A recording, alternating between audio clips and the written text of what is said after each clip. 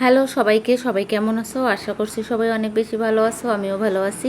আর এই যে এখন বাজে সকাল 6:30, আর সকাল 6:30টায় আমি সব থেকে বড় কাজটা নিয়ে বসছি। সেটা হচ্ছে প্রত্যাশার স্কুলে আজকে ওরা স্টল দিবে।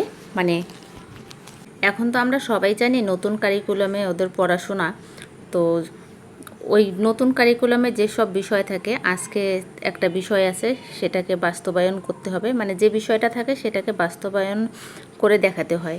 তো আজকে আছে জীবন ও জীবিকা বইয়ে উদ্যোক্তা হিসেবে যাত্রা।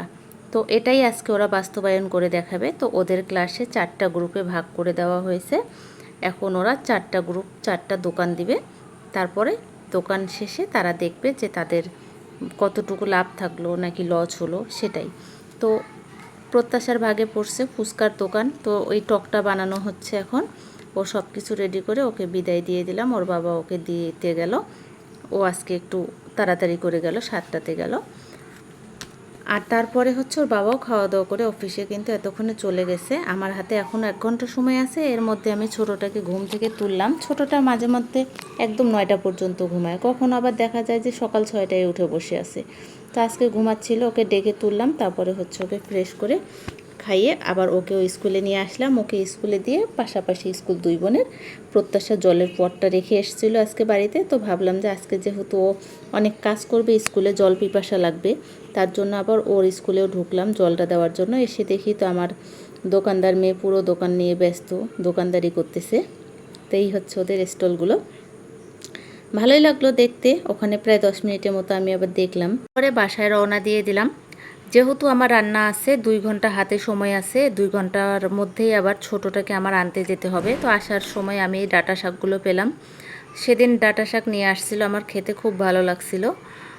তো তার জন্য আজকে নিলাম, যে হয়তো সেদিনের মতো স্বাদ হবে। তো তারপরে এই যে নিয়ে আসে একেবারে কেটে বাসে রান্না শুরু করে দিলাম। এই রান্নাটা নামিয়ে রেখেই আমি চলে যাব, বাকি রান্না এসে করব। এইখানে হচ্ছে কাঁচামরিচ বাটা এটা দিলাম, কিন্তু আজকাল কাঁচামরিচ নিয়ে আসলে দেখি অর্ধেক কাঁচা অর্ধেক পাকা। তো যাই হোক, কাঁচা পাকা দুটোই মিক্সড করে দিলাম, তার জন্য কালারটা এরকম। তো এটা শুধু আমি পটল দিয়ে একটা চচ্চড়ি করতেছি। সেদিনও আমি পটল আলু দিয়ে রান্না করছিলাম, খেতে আমার খুব ভালো লাগছিল। তবে আজকেরটা একটুও খেতে ভালো লাগেনি, ডাঁটাটার একটুও স্বাদ ছিল না। তো আমি হচ্ছে ওই রান্নাটা করে রেখেই স্কুলে গেলাম ছোটোটাকে আনতে। আমার যেতে যেতে দেরি হয়ে গেছিলো, কারণ আমি তরকারিটা রান্না করার রিস্ক নিছি। আর ওই তরকারিটা রান্না করে রেখে যাওয়াতে আমার মেয়ে চলে আসছে আমার বাসার সামনে। তারপরে ওকে নিয়ে বাসায় ঢুকলাম, তারপর অনেক কাপড় চোপড় ধোয়া হলো, ওর স্নান হলো, ওকে খাওয়ায় তারপরে আমি হচ্ছে কাপড় চোপড় রোদে দিছি। আর এখন বিকেলবেলা ওকে ঘুম থেকে তুলে নিলাম, নিয়ে একটু বিকেলে বাইরে আসলাম। আর এখন কিন্তু আবার গরম পড়ছে প্রচণ্ড, ওকে নিয়ে একটু ছাদে আসলাম যে বাইরের বাতাস একটু গায়ে লাগুক।